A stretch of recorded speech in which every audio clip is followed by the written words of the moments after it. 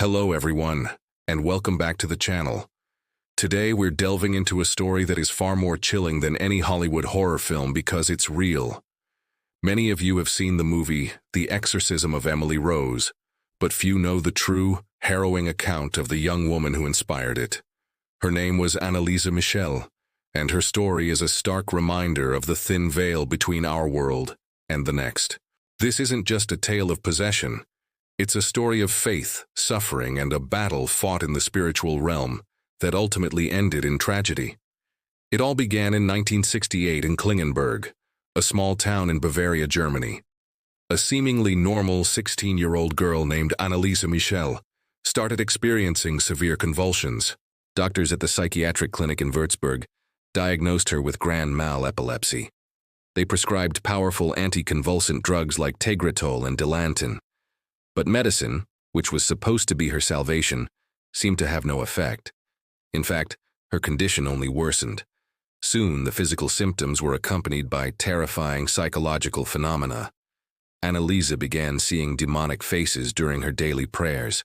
She started hearing voices, whispers that tormented her, telling her that she was damned and would rot in hell. She developed a profound aversion to sacred objects. The sight of a crucifix, the touch of holy water, or even walking past a church would send her into a violent frenzy. Her family watched in horror as she became a stranger in her own home. The medical diagnosis was temporal lobe epilepsy, but for the Michels, a devout Catholic family, the signs pointed to something far more sinister. They believed their daughter wasn't sick, she was possessed. Over the next few years, Anneliese's behavior descended into a living nightmare. Her actions became increasingly disturbing and violent.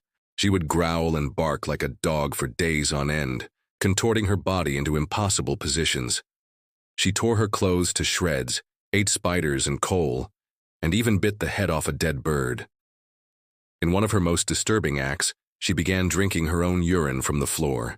The family was desperate. They had followed the doctor's orders, but the psychosis, as the medical professionals called it, was escalating beyond anyone's control.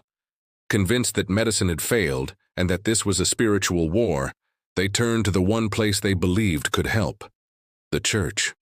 After repeated pleas, the Bishop of Würzburg, Josef Stangl, finally granted permission for the rite of exorcism in 1975. He appointed two priests, Father Ernst Alt and Father Arnold Renz, to perform the Great Exorcism, according to the Roman ritual of 1614. What they encountered during these sessions was beyond anything they had ever imagined. The entity, or rather entities, speaking through Anneliese, were not just random, malevolent spirits. They identified themselves by name. During the exorcism sessions, which were meticulously documented on over 40 audio tapes, the voices that emerged from Anneliese were guttural, deep, and distinctly not her own. They claimed to be Lucifer, Judas Iscariot, Cain, the disgraced Roman Emperor Nero, Fleischmann, and even chillingly, Adolf Hitler. These demonic entities spoke of their hatred for humanity and God. They confessed things that offered a terrifying glimpse into their nature, screaming things like, "We hate the rosary," and "We bow during the Eucharist." They claimed that obedience to the Pope weakened them, and that certain modern societal ills were their triumphs. They admitted that abortion was murder, and that aborted babies do not go to hell, but claimed they remain separated from the beatific vision. One of the most shocking confessions to come from the tapes was about the medication Anneliese had been taking for years. A voice claiming to be a demon hissed that the drugs were their idea. They claimed the medication weakened her spiritual defenses, clouded her mind, and made her more susceptible to their control. They boasted, "She cannot resist. She belongs to us now." The very thing meant to heal her was, according to these entities, a tool used to enslave her. This raised a terrifying question. Was medical science inadvertently aiding a demonic infestation? As the exorcisms continued, Anneliese's physical state deteriorated. She refused to eat, believing she had received a divine calling to suffer as a form of atonement for the sins of the youth of her time and for wayward priests. Her own diary entries reflect this conviction. She wrote that she wanted to suffer to warn the world that evil is real. Her emaciated body was covered in bruises from her self-inflicted violence during demonic fits. It was a slow, agonizing process of wasting away. On July 1st, 1976, the battle finally ended. Anneliese Michel died in her sleep from malnutrition and dehydration. She weighed only 68 pounds.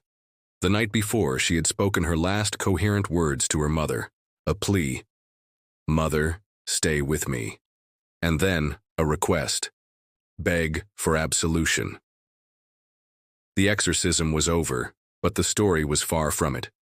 The aftermath was a media frenzy and a landmark legal case.